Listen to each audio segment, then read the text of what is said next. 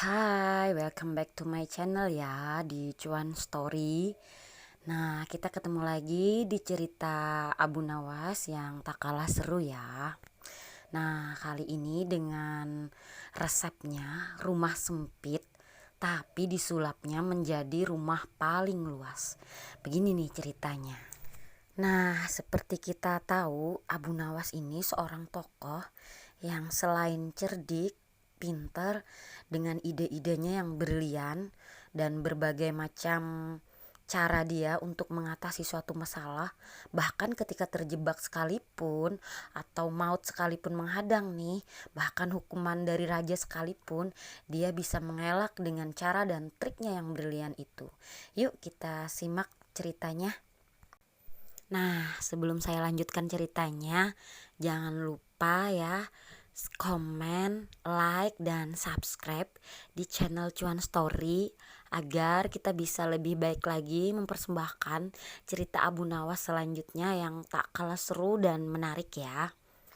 Ceritanya sudah lama Abu Nawas tidak dipanggil ke istana untuk menghadap Baginda. Abu Nawas juga sudah lama tidak muncul di kedai teh. Kawan-kawan Abu Nawas banyak yang merasa kurang bergairah tanpa kehadiran Abu Nawas. Tentu saja keadaan kedai tak semarak karena Abu Nawas si pemicu tawa tidak ada. Ternyata kehadiran si Abu Nawas dirindukan oleh teman-temannya karena kekocakannya dan ide-idenya itu loh. Nah, suatu hari ada seorang laki-laki setengah baya datang ke kedai teh. Ia mengeluh bahwa ia tidak menemukan jalan keluar dari masalah pelik yang dia hadapi. Nah, salah seorang teman Abu Nawas yang melihat lelaki separuh baya tersebut dengan kondisi yang muka raut wajahnya sedih ya. Teman Abu Nawas tersebut lalu mendekati laki-laki setengah baya itu ya. Nah, dia ini bermaksud untuk mencoba menolong. Nah, barangkali aku bisa membantu, kata kawan Abu Nawas. Baiklah, nah kata lelaki parubaya tersebut, aku mempunyai rumah yang amat sempit, sedangkan aku tinggal bersama istri dan kedelapan anak-anakku. Rumah itu kami rasakan terlalu sempit, sehingga kami tidak merasa bahagia, kata orang itu membeberkan kesulitannya kepada sahabat Abu Nawas.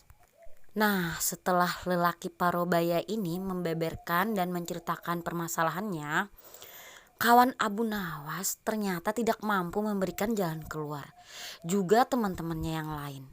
Sehingga mereka menyarankan agar orang itu pergi menemui Abu Nawas di rumahnya saja. Tak berapa lama, orang itu pun pergi ke rumah Abu Nawas. Nah, dan kebetulan Abu Nawas sedang mengaji.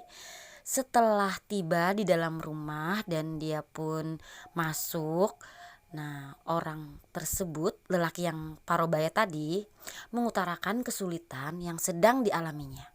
Abu Nawas bertanya kepada orang itu, "Punyakah engkau seekor domba?"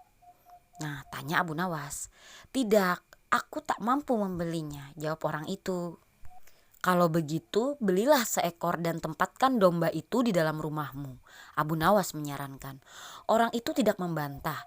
Ia langsung membeli seekor domba seperti yang disarankan Abu Nawas. Beberapa hari kemudian orang itu datang lagi menemui Abu Nawas. "Wahai Abu Nawas, aku telah melaksanakan saranmu dan apa yang engkau katakan. Tetapi rumahku bertambah sesak. Aku dan keluargaku merasa segala sesuatu menjadi lebih buruk dibandingkan sebelum tinggal bersama domba," kata orang itu mengeluh. "Kalau begitu belilah lagi beberapa ekor unggas dan tempatkan juga mereka di dalam rumahmu," saran Abu Nawas. Dan lelaki itu pun tidak membantah. Ia langsung membeli beberapa ekor unggas yang kemudian dimasukkan ke dalam rumahnya juga. Beberapa hari kemudian orang itu datang lagi menemui Abu Nawas. "Wahai Abu Nawas, aku telah melaksanakan saran-saranmu dengan menambah penghuni rumahku dengan beberapa ekor unggas. Namun begitu aku dan keluargaku semakin tidak betah tinggal di rumah yang makin banyak penghuninya. Kami bertambah merasa tersiksa," kata orang itu dengan wajah yang sangat muram. "Kalau begitu belilah lagi seekor anak unta dan peliharalah di dalam rumahmu," kata Abu Nawas.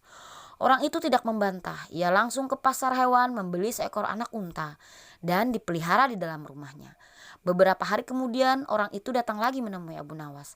Ia berkata, "Wahai Abu Nawas, tahukah engkau bahwa keadaan di dalam rumahku semakin seperti neraka sekarang. Hampir semuanya berubah menjadi lebih mengerikan daripada hari-hari sebelumnya. Wahai Abu Nawas, kami sudah tidak tahan tinggal serumah dengan binatang-binatang itu," kata orang itu putus asa. "Nah, baiklah kalau begitu. Kalau kalian sudah merasa tidak tahan, maka juallah anak unta itu," kata Abu Nawas. Orang itu tidak membantah. Ia langsung menjual anak unta yang baru dibelinya. Beberapa hari kemudian, Abu Nawas pergi ke rumah orang itu. "Bagaimana keadaan kalian sekarang?" Abu Nawas bertanya. "Keadaannya sekarang lebih baik karena anak unta itu sudah tidak lagi tinggal di sini," kata orang itu tersenyum. "Baiklah kalau begitu sekarang juallah unggas-unggasmu," kata Abu Nawas. Orang itu tidak membantah. Ia langsung menjual unggas-unggasnya beberapa hari kemudian. Abu Nawas mengunjungi orang itu. "Bagaimana keadaan rumah kalian sekarang?" Abu Nawas bertanya. "Keadaan sekarang lebih menyenangkan karena unggas-unggas itu sudah tidak tinggal bersama kami lagi," kata orang itu dengan wajah ceria. "Baiklah kalau begitu sekarang juallah domba-domba itu," kata Abu Nawas. Dan orang itu tidak membantah ya, lelaki yang separuh baya tadi. Dengan senang hati ia langsung menjual dombanya. Beberapa hari kemudian Abu Nawas pun datang bertamu ke rumah orang tua itu dan bertanya, "Bagaimana keadaan rumah kalian sekarang?" "Kami merasakan rumah kami bertambah luas karena binatang-binatang itu sudah tidak lagi tinggal bersama kami. Dan kami sekarang merasa lebih bahagia daripada dulu. Kami mengucapkan terima kasih yang tak terhingga kepadamu, wahai Abu Nawas," kata orang itu dengan wajah berseri-seri.